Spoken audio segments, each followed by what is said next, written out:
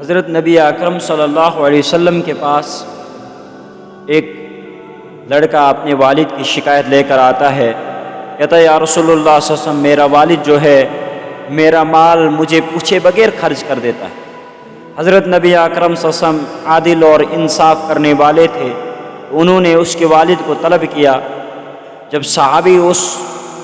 بچے کے والد کو بلانے کے لیے گئے، جب ان کو یہ پتہ چلا کہ مجھے رسول اللہ صلی اللہ علیہ وسلم نے طلب کیا ہے، ان کو فکر سوار ہو گئی۔ انہوں نے اپنے دل میں ہی کچھ اشعار کہے، جن اشعار کی خبر رسول اللہ صلی اللہ علیہ وسلم کو اس آدمی اس والد کے پہنچنے سے پہلے اللہ تعالیٰ نے دے دی کہ جب وہ آدمی آپ کے پاس آئے اس کا معاملہ تو بعد میں دیکھ لیجئے گا، پہلے اس سے وہ اشعار سنے جو کہتا ہوا وہ گھر سے اٹھا تھا اور آپ کی طرف آ رہا تھا۔ جناب نبی اکرم صلی اللہ علیہ وسلم کے پاس جب یہ والد سفید داڑھی والا، سفید ریش والا پہنچتا ہے اور رسول اللہ صلی اللہ علیہ وسلم اس کو عرض کرتے ہیں، تیرا معاملہ تو میں بعد میں پوچھوں گا، تیرے اور تیرے بیٹے کے بیچ میں کیا ہے، پہلے تو یہ عرض کر تو نے وہ اشعار کیا کہے تھے جب وہ گھر سے نکلا تھا۔ تو جب اس نے یہ سنا تو کہا میں نے زبان سے نہیں کہے تھے، دل میں صرف سوچے تھے۔ اور رسول اللہ صلی اللہ علیہ وسلم نے کہا مجھے اللہ تعالیٰ نے اس کی اطلاع پہلے ہی دے دی ہے۔ جناب نبی اکرم صلی اللہ علیہ وسلم پر اس نے دوسری دفعہ ایمان لا، کہا یا رسول اللہ میں تو پہلے آپ پر ایمان لا چکا تھا، اب دوسری دفعہ لاتا ہوں کہ آپ سچے اور پکے رسول ہیں۔ تو انہوں نے کہا میں نے یہ سوچا تھا، ان اشعار کا ترجمہ یہ ہے، بیٹا آج یہ نوبت یہاں تک پہنچ گئی کہ تو نے میری شکایت میرے نبی سے کی، اس لیے کہ میں تیرا کمایا ہوا کھاتا ہوں۔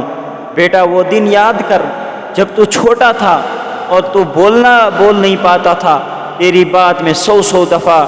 مانتا تھا اور سنتا تھا، 100 دفعہ تو اگر کہتا ابو وہ کیا ہے میں بار بار کہتا تھا، 100 دفعہ تجھے میں چلنا سکھاتا تھا، دن میں کبھی انگلی پکڑ کر، کبھی ہاتھ پکڑ کر، کبھی تجھے میں گود میں لیتا تھا، کبھی کندھے کے اوپر اٹھاتا تھا۔ آج نوبت یہاں تک آئی ہے کہ تو نے تیرا مال میں کیا کھانے لگا اور تو نے میری شکایت جناب نبی اکرم صلی اللہ علیہ وسلم سے کی۔ حضور یہ سن رہے تھے کہ اور یہ بھی اس نے کہا تھا کہ جب تو پیدا ہوا تھا تو میں نے سوچا تھا میرا بیٹا ہو گیا، کل پرسوں جب میں بوڑھا ہو جاؤں گا یہ میرا سہارا بنے گا، مجھے کیا پتا کہ تو میری ہی شکایت لے کر جناب نبی اکرم صلی اللہ علیہ وسلم کے پاس آئے گا۔ جناب نبی اکرم صلی اللہ علیہ وسلم سن رہے تھے اور آنسو جاری تھے، اور انہوں نے اس بیٹے سے کہا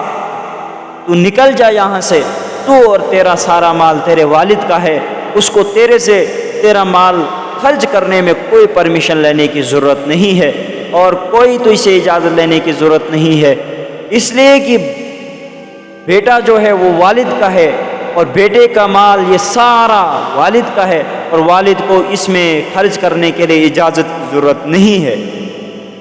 حضرت نبی اکرم صلی اللہ علیہ وسلم نے اپنے والدین کا بہت بڑا مقام بتایا ہے، یہاں تک کہ اپنی والدہ کے بارے میں کہتے ہیں کاش میری ماں زندہ ہوتی اور میں عشاء کی نماز پڑھ رہا ہوتا، میری ماں کہتی بیٹا محمد، میں کہتا میں اس کے لیے نماز کو توڑ دیتا اور اس کے حکم کو بجا لاتا۔ یہ تعلیم یہ کہاں سے مل گئی کہ آج ماں باپ کو بچوں کے سامنے ہاتھ جوڑنے پڑ رہے ہیں؟ آج ماں باپ اپنے بچوں میں سے دہشت میں آ گئے ہیں، آج اپنے ماں باپ اپنے بچوں سے ڈرتے ہیں، اس لیے کہ ہمارا بچہ پتہ نہیں کیا بول دے گا، پتہ نہیں کب مارے گا، پتہ نہیں کب ہمیں گھر سے نکال دے گا۔ اس لیے عزیزو اپنے والدین کی قدر کرو جب تک یہ زندہ ہے۔ جناب نبی اکرم صلی اللہ علیہ وسلم نے اس آدمی پر لعنت فرمائی ہے جس نے اپنے